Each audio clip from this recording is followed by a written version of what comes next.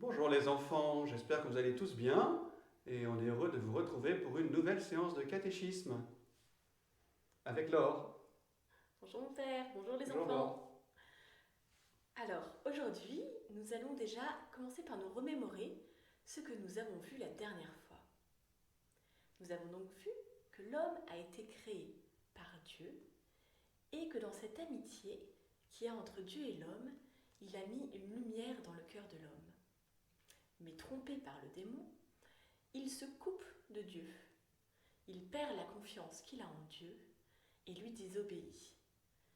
Tournant ainsi le dos à Dieu, l'homme devient malheureux. Maintenant, il doit lutter pour choisir entre le bien et le mal. Mais Dieu n'abandonne pas ses enfants. Il ne les laisse pas seuls face à leurs péchés. Il leur promet un sauveur, son Fils, Jésus. Mais Laure, est-ce que toute la lumière de Dieu a disparu du cœur des hommes? Et non, c'est ce que nous allons voir aujourd'hui dans la parole de Dieu.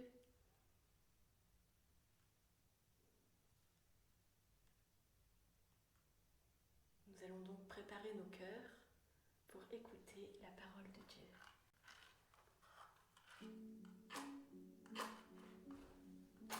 Seigneur Jésus, nous voulons vraiment écouter ta parole aujourd'hui. Viens préparer nos cœurs, aide-nous à être attentifs. Faisons le silence avec nos oreilles, mais aussi avec notre corps, pour écouter ce que la parole va nous dire.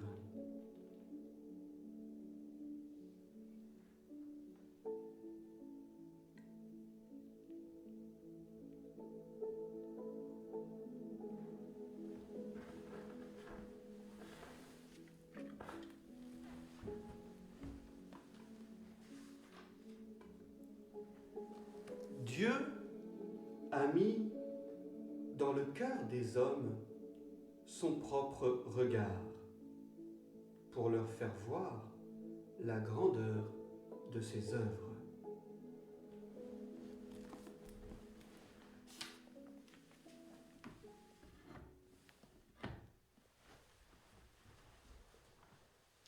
Comme nous venons de l'entendre, la lumière de Dieu brille toujours, mais l'homme a du mal à la voir. Par son péché, l'homme a laissé l'obscurité entrer dans son cœur. Elle l'empêche d'être complètement éclairé par Dieu. Pourtant, cette lumière brille encore. Elle se trouve au fond de son cœur, cachée. C'est ce qu'on appelle la conscience. Tout à fait. Dans le secret de la conscience, je veux toujours me tourner vers Dieu, écouter dans le silence ce qu'il me dit. Aime comme moi, choisis ce qui est bien, ne fais pas ce qui est mal. Chaque personne peut trouver la lumière de Dieu dans sa conscience et juger si ce qu'elle va faire, ce qu'elle fait ou ce qu'elle a fait est bien ou mal. Et ce n'est pas toujours facile de juger ce qui est bien ou ce qui est mal. Et nous ne savons pas trop comment choisir ce que Dieu veut. Cela s'apprend. C'est ce que nous allons faire. Nous allons chercher et réfléchir ensemble afin de mieux trouver cette lumière en nous. Nous allons donc vous raconter 3 histoires et vous allez devoir réfléchir d'abord chez vous et puis après en discuter avec vos parents pour voir quel choix faire. Première histoire, maman me demande, peux-tu porter un fruit à mamie? Dans la corbeille des fruits sur la table, il y a des pommes et puis il y a aussi des bananes. Que vais-je faire? Quel fruit vais-je choisir? Là, les enfants, gardez la réponse dans votre tête pour tout à l'heure. Vous avez bien réfléchi? Maintenant, je vais vous raconter une deuxième histoire. Je suis tranquillement installée dans le canapé, en train de regarder mon film préféré. Au moment le plus passionnant du film, maman m'appelle me disant qu'elle est très fatiguée et qu'il faut que je vienne l'aider pour mettre le couvert. Qu'est-ce que je vais faire? À vous de réfléchir. Vous avez votre réponse? Vous la gardez bien. Troisième histoire. J'ai vraiment envie de la gomme et du stylo de mon voisin de classe. Il est toujours rêvé d'avoir le même stylo et la même gomme, et il les a justement laissés sur son bureau. Je peux la prendre sans que personne ne me voie. Qu'est-ce que je vais faire?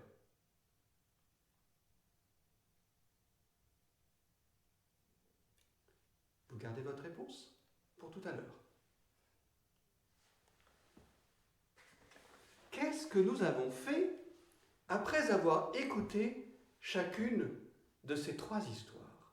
Alors, premièrement, nous nous sommes arrêtés. Dans le silence, nous avons pensé et réfléchi avec notre intelligence. Deuxièmement, nous avons jugé ce qui semblait très bon, bon ou moins bon, mauvais ou si c'était indifférent. Ensuite, nous avons choisi une solution. Et enfin, nous avons fait ce que nous avons décidé. Chacun a travaillé avec sa conscience. Mais écoutons justement ce que Ben Sirac le Sage a à nous dire à propos de la conscience. À nouveau, nous allons écouter ce qu'il nous dit dans la Bible. Dieu, au commencement, a fait l'homme. Il l'a laissé à son conseil. Nous sommes donc capables de juger. Nous avons en nous comme un conseil. Mais qu'est-ce que cela veut dire? Ces mots de conseil a deux sens.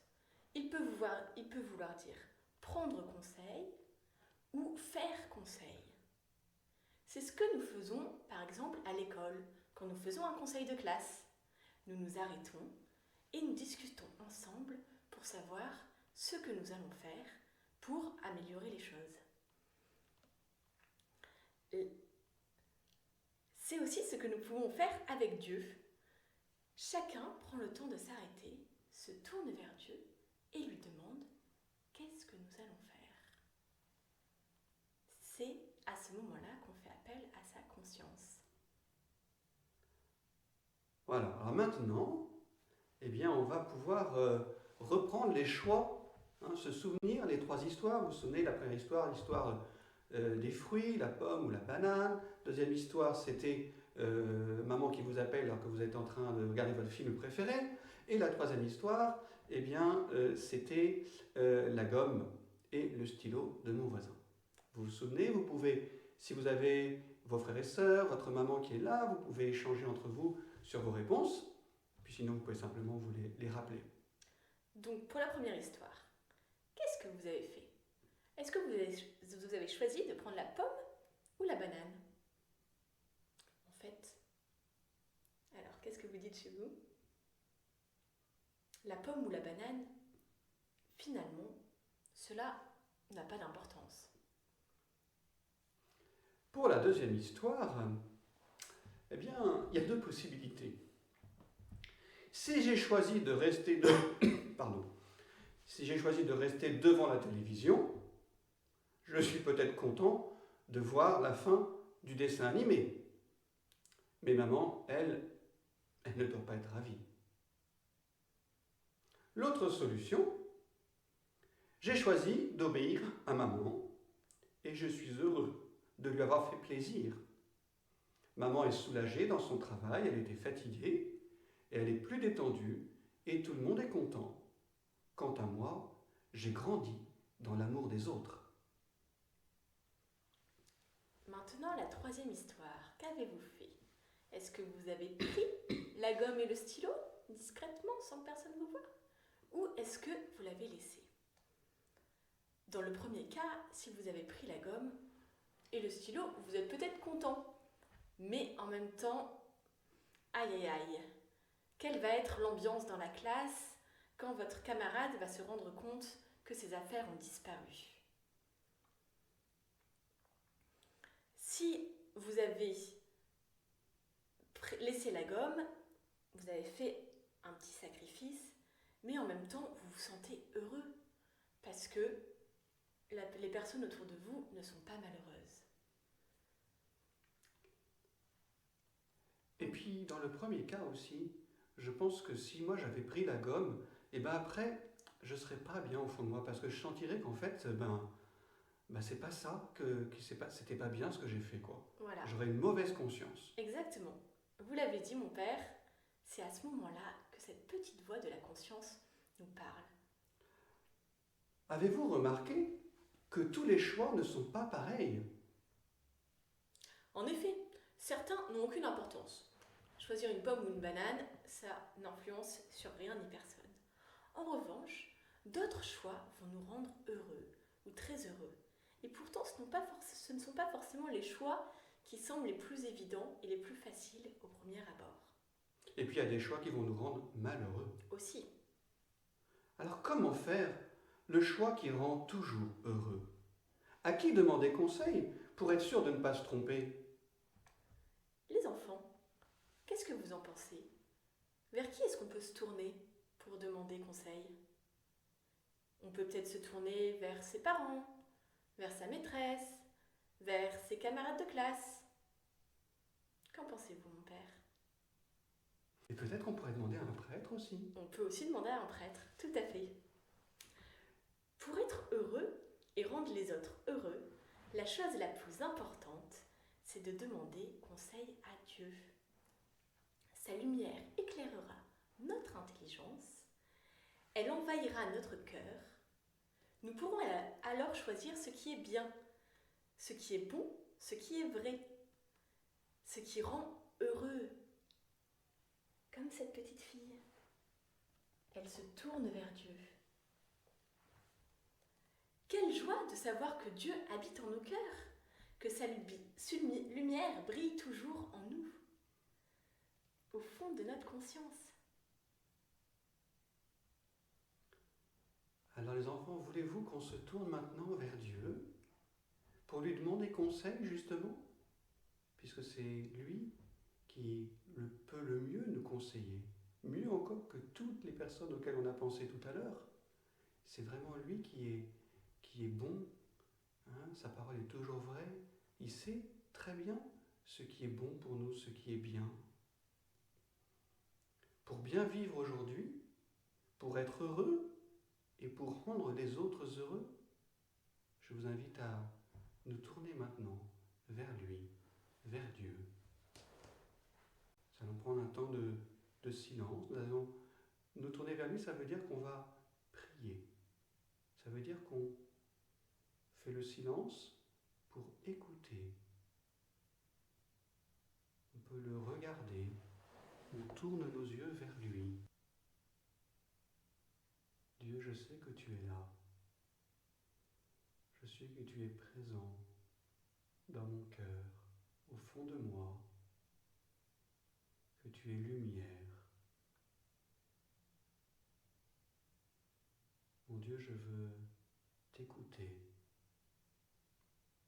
Je veux écouter ta parole, ta présence, les conseils que tu veux me donner.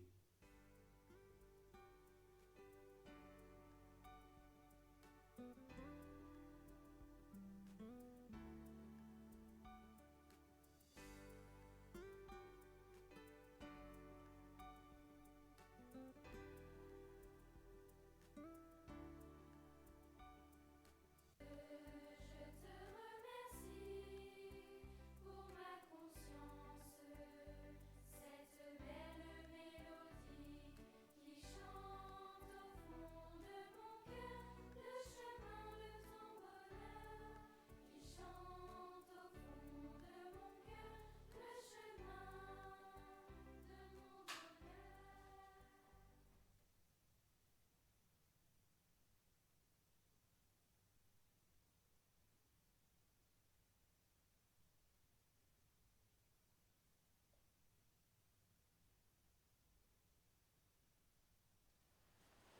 Voilà les enfants, j'espère que vous avez pu vivre un bon moment avec le Seigneur dans la prière. Voilà, vraiment, Dieu veut nous rendre heureux. Et peut-être que cette semaine, quand vous aurez des décisions à prendre, des choix à faire, vous pourrez repenser à ce que nous avons dit aujourd'hui. Vous pourrez vous rappeler que vous avez une conscience et que Dieu peut vous aider à prendre la bonne décision, à choisir ce qui est bien pour être vraiment heureux. Parce que c'est vraiment ce qu'on veut. On veut que vous soyez heureux. Oui. Alors les enfants, je vous dis à bientôt, à la semaine prochaine. Et puis, soyez heureux, passez une bonne semaine. Au revoir les enfants. Au revoir Laure. Au revoir mon père, au revoir les enfants.